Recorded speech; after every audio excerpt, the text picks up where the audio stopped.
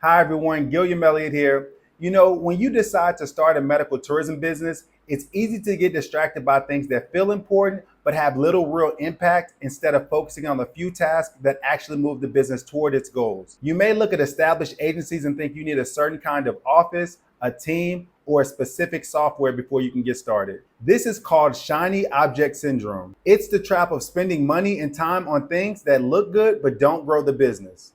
By the end of this video, you will know exactly where to spend your first dollars and, just as importantly, where not to. So you never waste money on things that don't grow the business. Here's the truth. You can start a business on a lean budget of $5,000 or invest as much as $50,000. But if you spend that money on the wrong things, both the $5,000 startup and the $50,000 startup will both struggle to get traction. The size of your budget does not determine whether you succeed. Where you spend it does. Also, if you find this content valuable, make sure to like the video, subscribe to the channel, and click the notification bell so you don't miss any of our future videos on the medical tourism industry. Okay, so let's go ahead and jump into the list of the 5 things that you should spend your first dollars on. Number 1, spend on what grows the business. We touched on shiny object syndrome a moment ago, so here's how you avoid it. When you're starting out, it's easy to spend money on things that seem good for the business, but do not move it forward in any meaningful way. These days, you do not need a formal office to get started. A laptop, an internet connection, and a deep understanding of the industry and how to run the business is enough to begin. Patients do not care about your office setup, they care about how you handle their medical trip.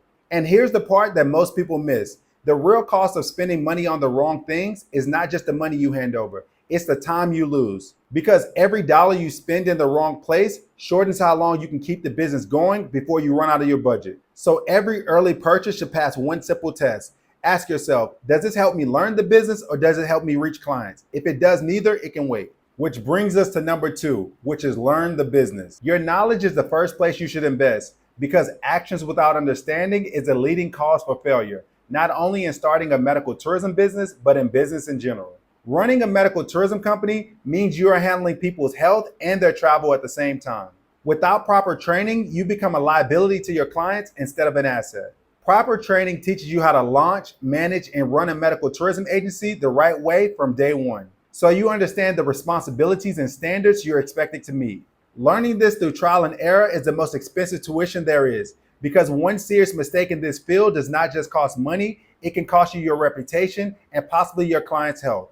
That's why we created the Certified Medical Travel Agent certification, designed specifically for startup founders. It gives you the credibility and the knowledge that demonstrates to patients and hospitals that you know what you're doing. Number 3, build a website that converts visitors into paying clients. Your website is the first thing patients and partners see, and they judge you by it before they ever speak to you. In this business, people are deciding whether to trust you with their health and their travel to another country. So your website needs to answer one silent question. Can I trust this company? Here are some simple adjustments you can make to your website. Make trust symbols highly visible. Your certifications, the clinics you work with, and real photos of the doctors you partner with make your business look proven and safe. In medical tourism, proof of legitimacy is what converts, because one of the biggest fears traveling patients have is whether they'll get the service and quality they are paying for. Next, make it clear to visitors within seconds of landing on your site what you do, what countries you serve, and what procedures you focus on. Visitors should not have to dig through your site to find this. Confusion kills trust, so make it front and center. Also, make it easy for them to take the next step by placing call to action buttons throughout your site, so visitors who are ready to reach out never have to guess what to do next. These are just a couple of simple adjustments that can increase your site's conversion rate. If you would like to learn more about how we can get you online with a professional medical tourism website that converts visitors into paying patients, I will leave a link to our web design services in the description below. Number 4, invest in building your clientele. Once you're trained and your website is live, you need clientele coming in. This is the lifeblood of your whole business, since everything you built only pays off once people utilize your service. To get clients, you need to generate patient leads, either through your own marketing, buying them, or a mix of both. A patient lead is a person actively seeking medical care abroad and seeking assistance. Your job is to reach out to them and convince them to choose you. But no matter how you choose to generate leads for your company, you need a predictable way to get increase every week. Number 5, know your numbers. Once your business is running, you have to pay attention to your numbers because they tell you what's working and what's not. Let's start with your website. You want to know 2 basic things about your site: how many people visited it and how those people found you.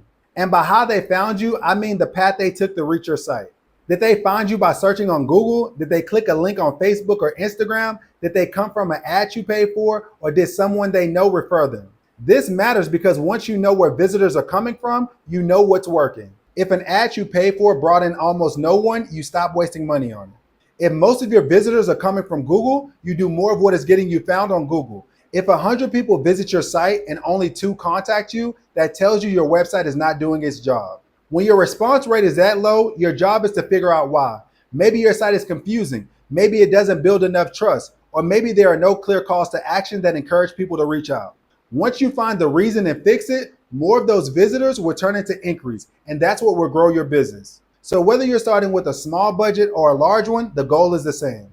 Stay lean and put your money into the few things that move the business forward, like expanding your understanding of the industry and getting clients through the door. If you're ready to start a medical tourism business and want assistance doing it the right way, I'll leave a link to our annual membership program in the description below. Thanks for watching, and I'll see you in the next video.